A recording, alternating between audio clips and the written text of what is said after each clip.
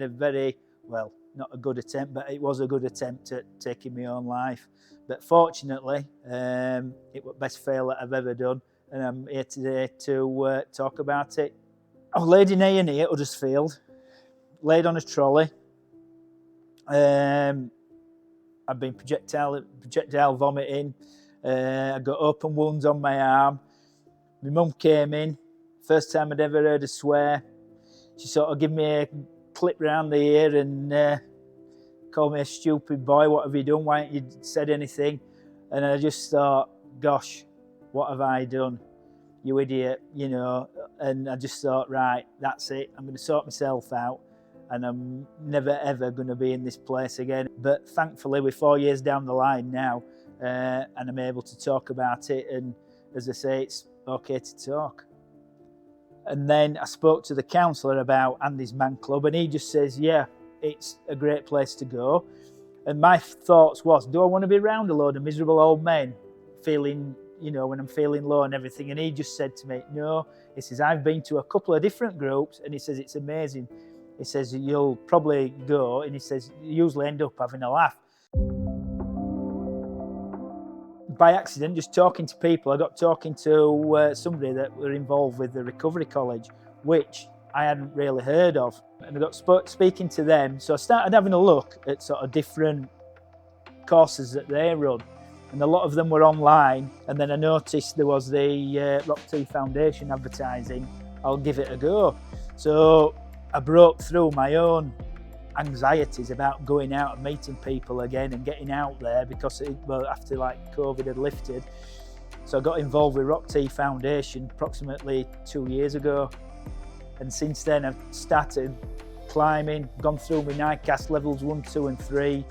Started doing elite climbing on level 4 within this 2-year period. And then in November, speaking with ROKT Foundation, I've actually been put through and now going through doing my climbing wall instructors, so that I can give a little back as well for it and be thankful for what ROKT have done for me. Yeah, it's alleviated a lot of fears, and the enjoyment factor out of it as well.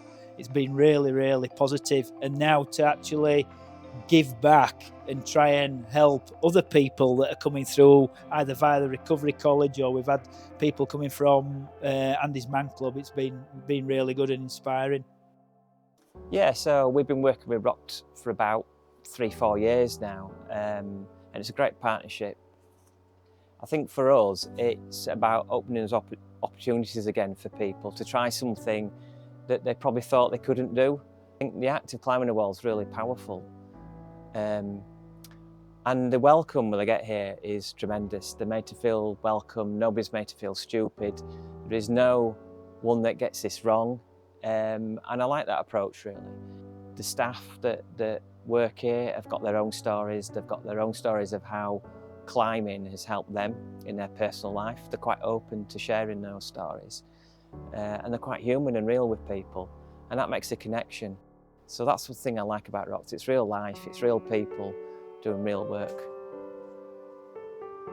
I think life sometimes gives people some hard knocks, and it gives them a message that they can't do something, but actually they can. And I think it's presenting a challenge in a real presentable way.